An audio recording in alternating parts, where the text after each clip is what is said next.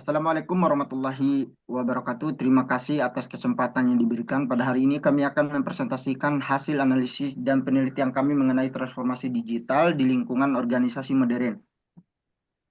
Yang berjudul Penerapan ODO ERP dalam meningkatkan efisiensi operasional bisnis rumah makan nasi Padang.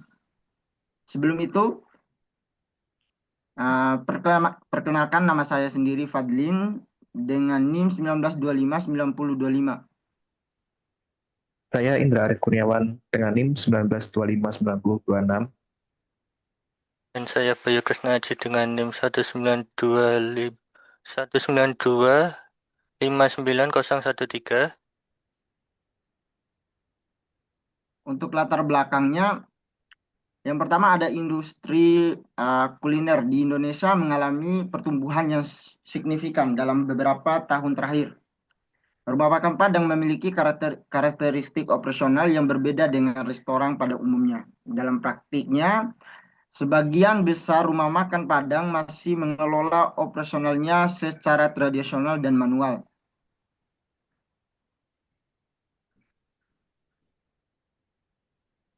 Adapun rumusan masalahnya, yang pertama, bagaimana merancang sistem Enterprise Resource Planning yaitu ERP berbasis ODO yang sesuai dengan karakteristik dan kebutuhan operasional rumah makan Padang.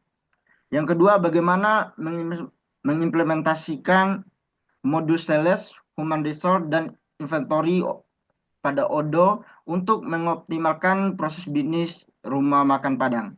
Yang ketiga, bagaimana mengintegrasikan modul sales, human resource, dan inventory dalam ODO sehingga menciptakan sistem informasi yang berintegrasi dan efisien. Yang keempat, bagaimana dampak implementasi ODO ERP terhadap efisiensi operasional, akurasi data, dan kinerja bisnis rumah makan nasi Padang. Yang kelima, apa saja tantangan dan kendala yang dihadapi dalam implementasi ODO ERP pada rumah makan nasi Padang dan bagaimana solusinya?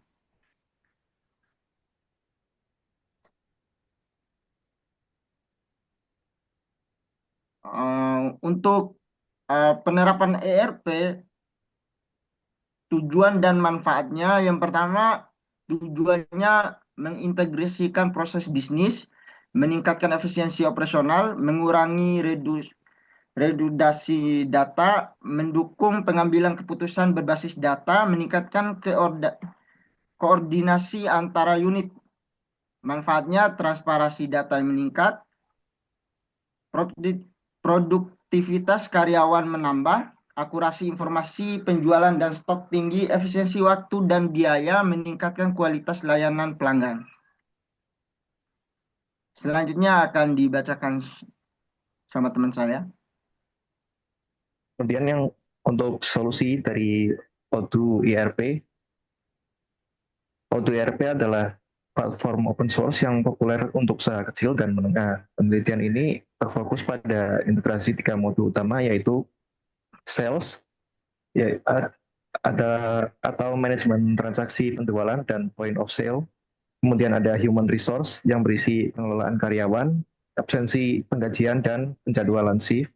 Kemudian inventory untuk memanajemen persediaan bahan baku, termasuk pelacakan kadaluarsa dan reorder otomatis.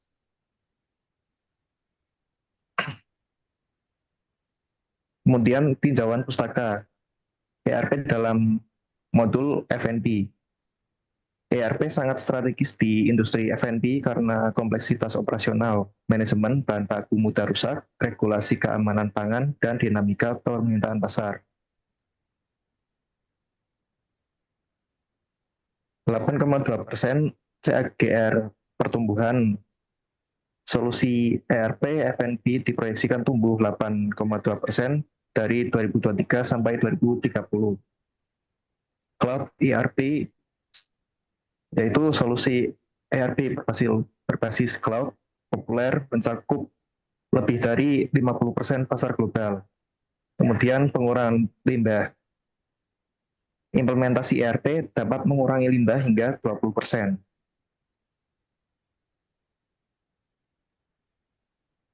Kemudian di sini saya akan mengimplementasi Odoo demo kelompok.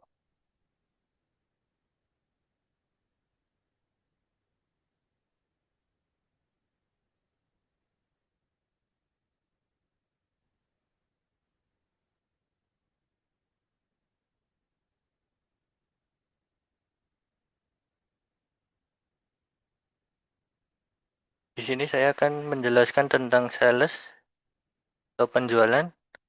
Pertama kita masuk ke penjualan, kemudian di sini ada tampilan penjualan.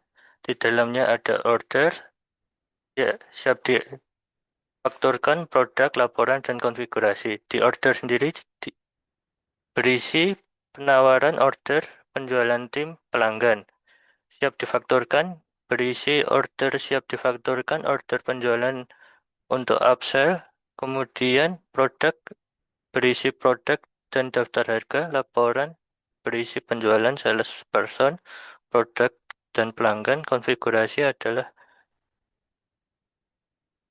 pengaturan penjualan tim dan lain-lain. Di sini saya akan jelaskan untuk sistem order. Di sini kita klik order, kemudian akan klik baru, masukkan nama pelanggan. Di sini kan nama Andi, kemudian tambahkan produk yang mau dipesan, misal cabai hijau dan paru goreng,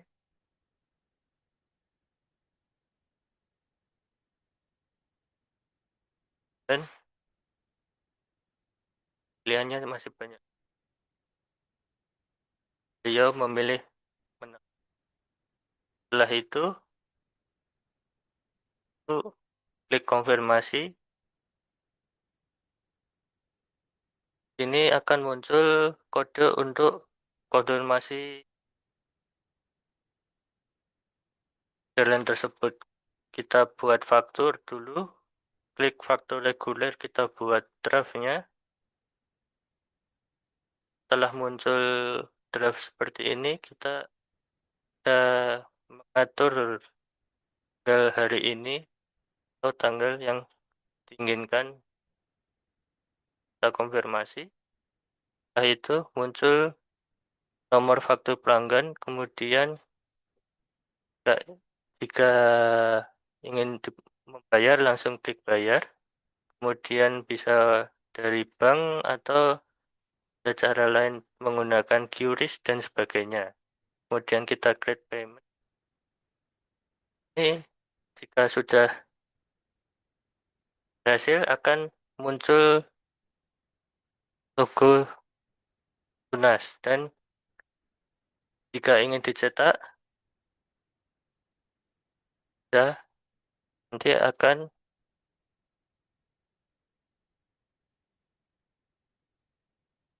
muncul tampilan cetaknya seperti ini.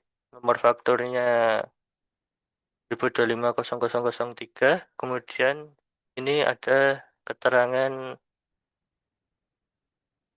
pokoknya pesanannya itu tadi dendeng cabai hijau, paru goreng, ayam crispy, dan kikil. Kemudian di sini jika ingin melakukan catatan kredit juga bisa. Nanti masukkan alasan kreditnya apa, misal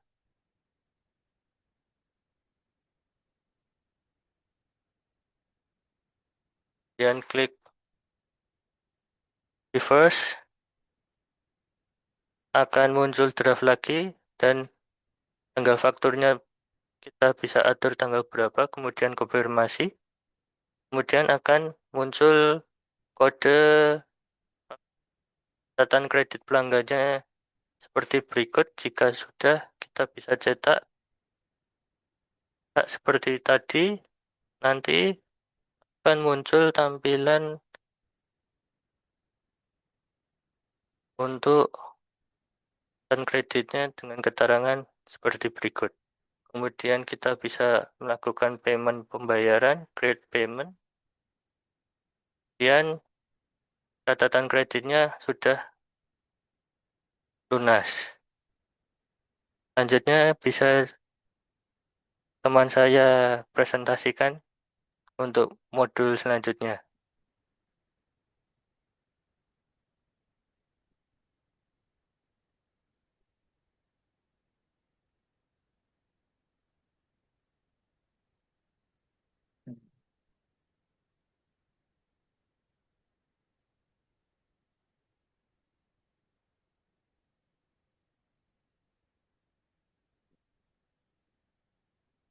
Kan? Oh, Gitu. Oke, di sini saya akan menjelaskan, kelihatan Mas? Saya akan menjelaskan dan Kelihatan. menerapkan modul Human Resource pada perusahaan yang telah kelompok kami buat. Modul Human Resource membantu perusahaan dalam mengelola karyawan, absensi, cuti, kontrak kerja, hingga dalam satu sistem yang terintegrasi.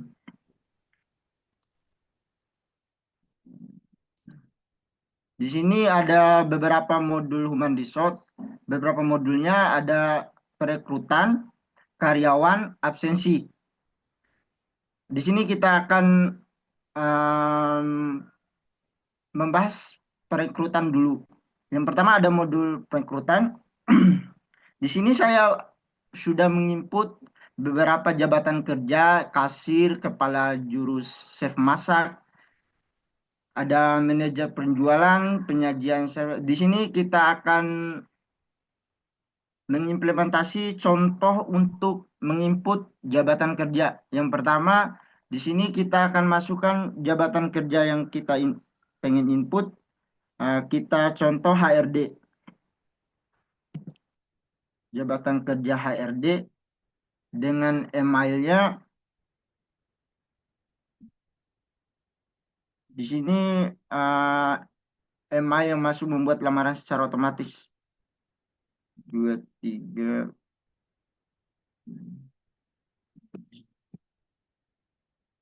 Mantap, kita buat. Di sini jabatan kerja sudah dibuat. Yang pertama kita masukkan input pelamar. Jika ada pelamar yang ingin melamar untuk jabatan kerja HRD, di sini kita akan menginput nama pelamar, contoh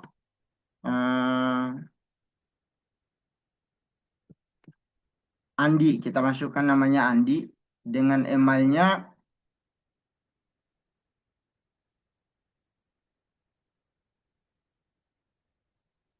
Nomor telepon yang pelamar, profit, link link ini profit linked. Kita contoh nama akunnya itu Andi 12. Evaluasi kita kasih bintang 2, jabatan kerja yang dilamar HRD dengan perekrutnya Bayu, dan untuk wawancaranya Indra Arif Kurniawan. Di sini ada rinciannya yang diisi.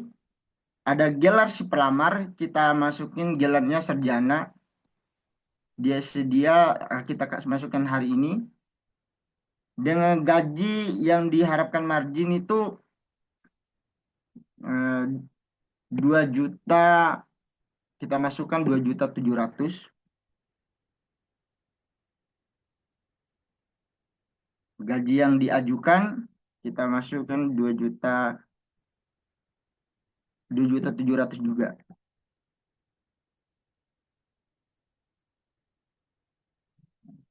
Dengan departemen manajemen, kita masukkan di departemen manajemen. Sumber pelamar itu dari LinkedIn,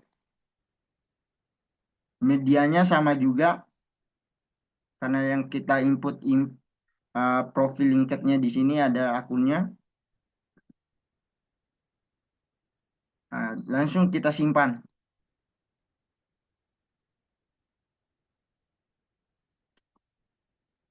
Di sini udah terinput nama pelamar Andi dengan jabatan kerja yang ingin dilamar itu HRD. Di sini ada beberapa kualifikasi. Yang pertama kualifikasi untuk perlengkapan berkas-berkasnya. Jika berkasnya udah kualifikasinya sudah pas, kita bisa siap berikan warna hijau dalam tahap proses siap untuk tahap berikutnya. Yang kedua, ada tahap wawancara pertama. Di wawancara pertama ini kita bisa menjadwalkan dan bisa menolak ataupun menghapus sang pelamar jika tidak memenuhi syarat. Nah, di sini ada penjadwalan wawancara. Kita bisa menjadwalkan uh, kapan bisa diwawancara sang pelamar tersebut. Jika sudah, kita bisa kasih warna hijau dengan siap tahap selanjutnya. Begitupun dengan wawancara kedua. Ketika sudah selesai dengan wawancara, lolos akan wawancara kedua, dan tahap proposal kontrak, di mana pengajuan kontraknya sesuai dengan kesepakatan masing-masing. Jika sudah disepakati, kontrak ditandatangani. Di sini ada ketika kontraknya sudah ditandatangani, otomatis akan dikasih label diterima. Di sini ada email yang terkirimkan kepada sang pelamar, dan di sini udah ada rinciannya, data-data karyawannya. Di sini jika sudah diterima langsung buat karyawan. Nah, karyawan otomatis sudah tersimpan. Di sini bisa kita masukin fotonya. Di sini saya tidak menyimpan foto, skip.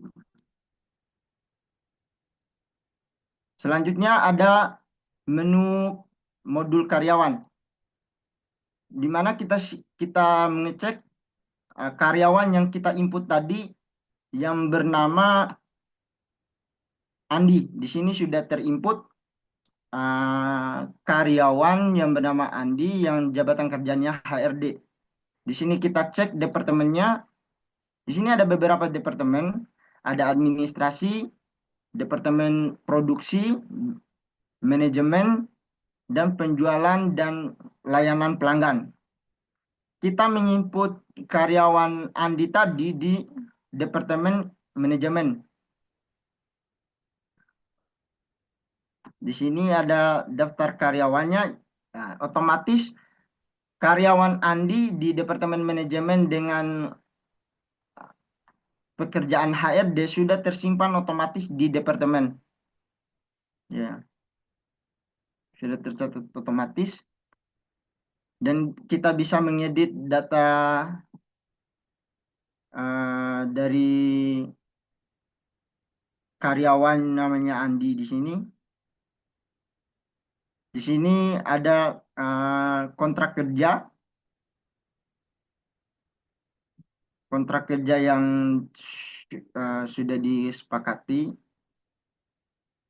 Nah, mulai dari tanggal 15 sampai kita masukin tanpa batas saja. Tanpa batas. Oke. Dan jenis kontrak, ini gaji yang sudah disepakati di 2.700.000. Di sini tipe karyawan, kita masukkan karyawan, jenis kontraknya itu permanen karena tanpa batas di kontraknya. Kita simpan.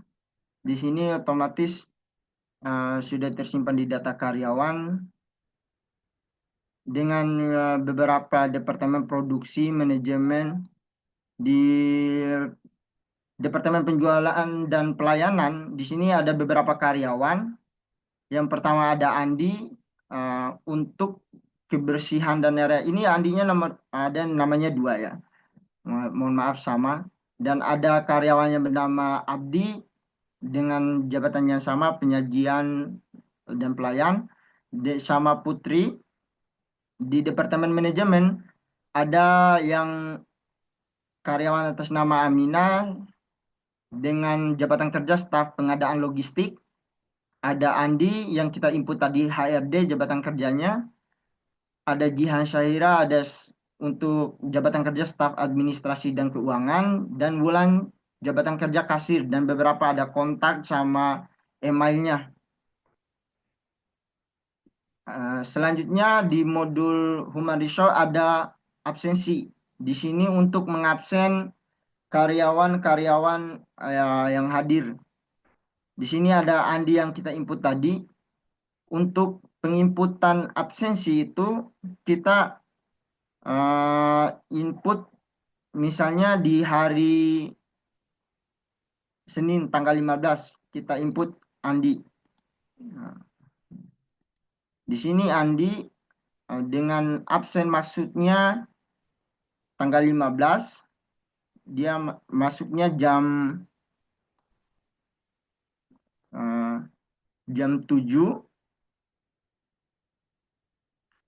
dengan absen keluarnya itu masukkan tanggal yang sama. Absen keluarnya itu kita masukin jam 5. Simpan. Di sini akan terinput tanggal absen masuknya dan absen keluarnya. Sekian dari penjelasan dari modul Human Resource. Selanjutnya akan dijelaskan modul inventory sama teman saya. Kemudian dari sini saya akan mendemokan dari stok inventory, modul inventory. Dari modul inventory ini kita dapat melacak dari pergerakan laporan stok dari warung makan Padang ini. Kemudian ini untuk daftar produknya dan daftar jumlah stoknya ada di sini semua. Kemudian untuk um, operasi seperti penerimaan stok baru bisa lewat dari operasi penerimaan ini, lalu klik baru, kemudian terima darinya ini seperti toko atau orang yang membelinya atau dibeli dari siapa. Mungkin di sini kita contohkan Lisa. Kemudian produknya. Produk yang dibeli itu apa? Misalkan ikan bakar. Kemudian demand atau jumlah yang kita beli, misal 10. Kemudian kita tambah juga ati ampela. Kemudian jumlahnya juga 10. Lalu sudah seperti itu saja. Kemudian tandai sebagai todo untuk menyimpannya. Kalau sudah seperti ini, kemudian kita cetak untuk bukti pembeliannya, lalu akan muncul seperti ini untuk struknya. Kemudian untuk laporan dari stoknya akan otomatis tertambah. Di sini tadi kan 10, sekarang jadi 20. Bisa dilihat dari riwayatnya. Nih.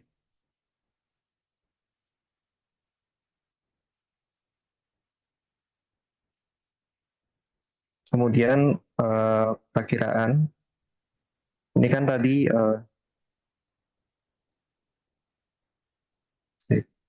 ini ada penambahan di hari ini tanggal 15 sebanyak 10. Jadi di sini tertulis 10 unit. Maka total total dari stok yang tersisa sekarang adalah 32. Kemudian untuk pengiriman, ini adalah laporan untuk barang dari stok yang telah kita jual. Ini alamat tujuannya ke Abraham misal. Kemudian produk yang dibeli. Misalkan tadi Ati Ampela kan masih tersisa sekitar 32. Kemudian kita klik Ati Ampela, misal dibeli 5 potong atau 5 porsi, kemudian kita tandai sebagai todo untuk menyimpannya. Kemudian tinggal cetak saja untuk bukti pembeliannya. Nanti akan keluar struknya seperti ini. Kemudian untuk eh, pengecekan stok tersisa karena ini sudah dikurangi 5 lagi, maka di sini kita lihat perakiraannya. Nah, di sini tadi keluar 3, terus ditambah keluar lagi 5 ke Abraham, jadi 8. Sekarang jadi 27 unit. Dan di sini ada WH out atau warehouse out sebanyak 5 unit tanggal 15 atau hari ini.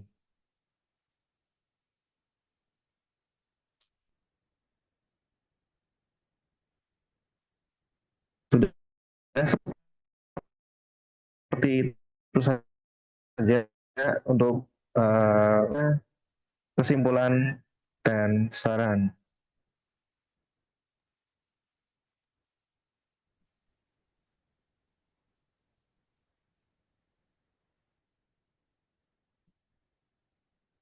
Ya, setelah kami menjelaskan implementasi Odoo demo kelompok, ini saya akan melanjutkan kesimpulan dan saran.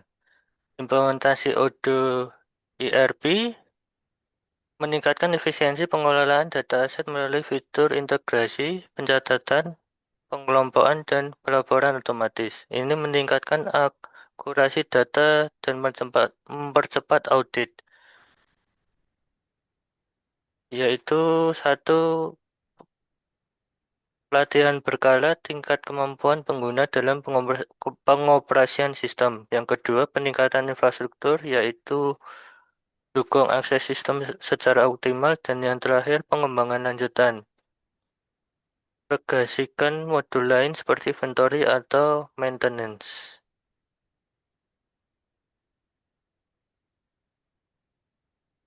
Oke, sekian dari presentasi dari hasil penelitian kami. Untuk kalau ada kesalahan kami dari perkataan, kami mohon maaf. Wassalamualaikum warahmatullahi wabarakatuh.